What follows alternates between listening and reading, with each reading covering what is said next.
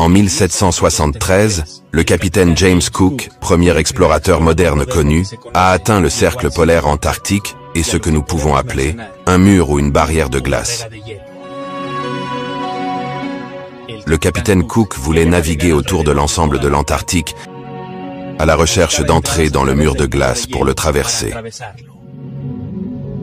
Dans le modèle du globe terrestre d'une circonférence de 40 000 km, la circumnavigation complète de l'Antarctique serait d'environ 22 000 km.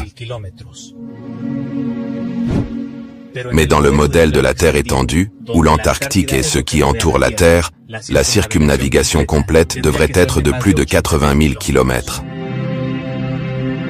Mais lors des voyages du capitaine James Cook et de son équipage qui ont duré 3 ans et 8 jours, ils ont parcouru un total de plus de 96 000 km, soit 60 000, tout au long de la côte antarctique, tout en cartographiant et en nommant des points de repère en chemin. Mais ils n'ont jamais trouvé d'entrée ou de chemin à travers cette barrière de glace. Le capitaine Cook a écrit ce qui suit. La glace s'étendait vers l'est et l'ouest, bien au-delà de la vue, tandis que la moitié sud de l'horizon était éclairée par des rayons de lumière se reflétant sur la glace à une hauteur considérable. Ensuite, il y a eu d'autres voyages qui ont confirmé ce que Cook avait trouvé, ces voyages étant ceux du capitaine James Clark Ross et du capitaine George Nares au XIXe siècle. L'expédition de Ross a duré 4 ans et 5 mois à bord de navires de guerre blindés et résistants qui n'ont pas non plus trouvé d'entrée au-delà du mur glaciaire sud.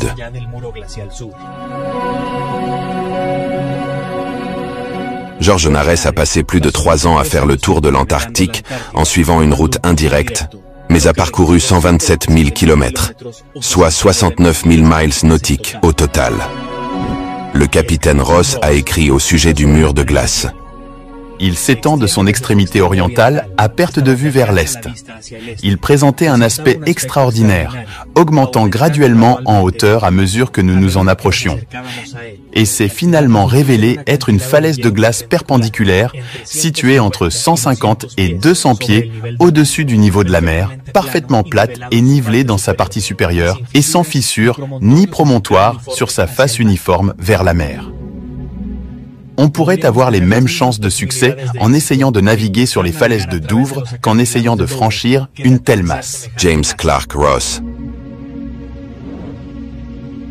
La barrière de glace, si souvent mentionnée dans les récits sur les régions antarctiques, est le front de l'énorme couverture glaciaire, ou calotte glaciaire, qui s'accumule en vastes champs ondulés de fortes chutes de neige et atteignant des centaines, voire des milliers de pieds d'épaisseur, s'insinuent de l'Antarctique dans la mer.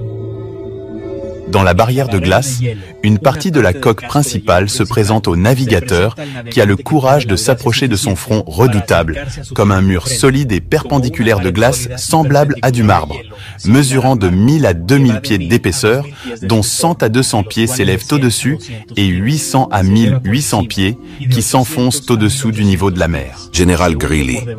L'Antarctique ou l'hypothétique continent austral. Il a été démontré que la Terre est une surface plane, dont la surface centrale se trouve immédiatement sous l'étoile appelée Polaris, et dont les extrémités sont limitées par une vaste région de glace, d'eau et de masses terrestres irrégulières. Tout se termine dans le brouillard et l'obscurité, où la neige et la grêle, le grésil perçant, les vents déchaînés, les tempêtes hurlantes, les vagues qui montent frénétiquement et les icebergs qui s'écrasent sont presque constants. Samuel Robotham. Cela diffère de l'Antarctique que l'on nous enseigne sur les cartes et les globes terrestres, car les expéditions auraient pris beaucoup moins de temps, tout comme les distances parcourues.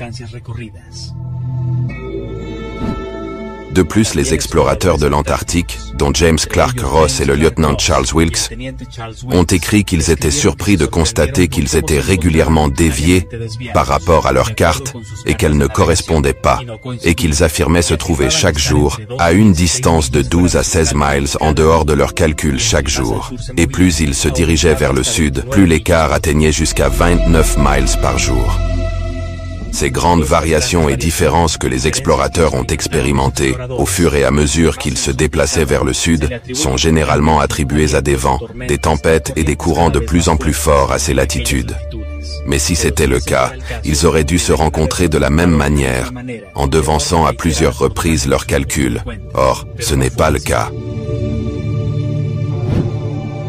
Des calculs de miles nautiques par rapport à la circonférence équatoriale de la Terre sphérique ne concordent pas avec les mesures. Un mile nautique est la distance, en suivant la courbure supposée de la Terre, d'une minute de latitude jusqu'à la suivante.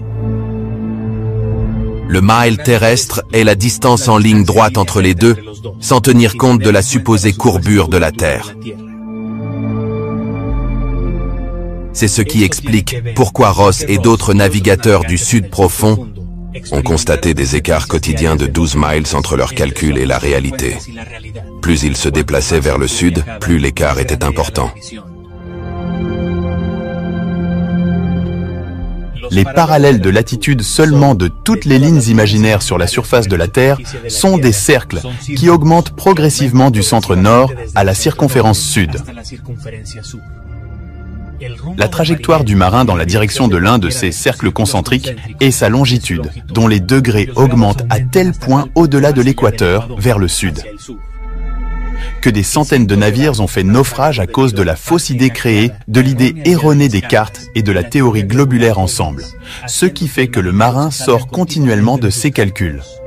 En effet, il existe un traité sur l'Antarctique, signé en 1959 et entré en vigueur en 1961. Le traité sur l'Antarctique, signé par plus de 50 pays, interdit tout voyage indépendant et toute exploration de l'Antarctique. Seules certaines parties spécifiques de cette zone peuvent être visitées avec une autorisation préalable et dans le cadre de circuits très coûteux, organisés exclusivement par quelques sociétés agréées.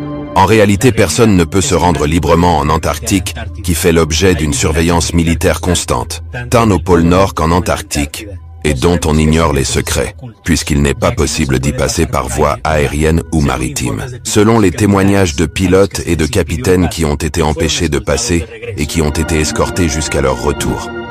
Ainsi, cela nous amène à nous interroger sur ce qui peut être caché, dissimulé et secret pour la plupart des gens. On est dans un lieu de première importance, et c'est pour ça que toutes les étoiles tournent autour de nous, et que tout ce que l'on voit fait partie d'un système parfait.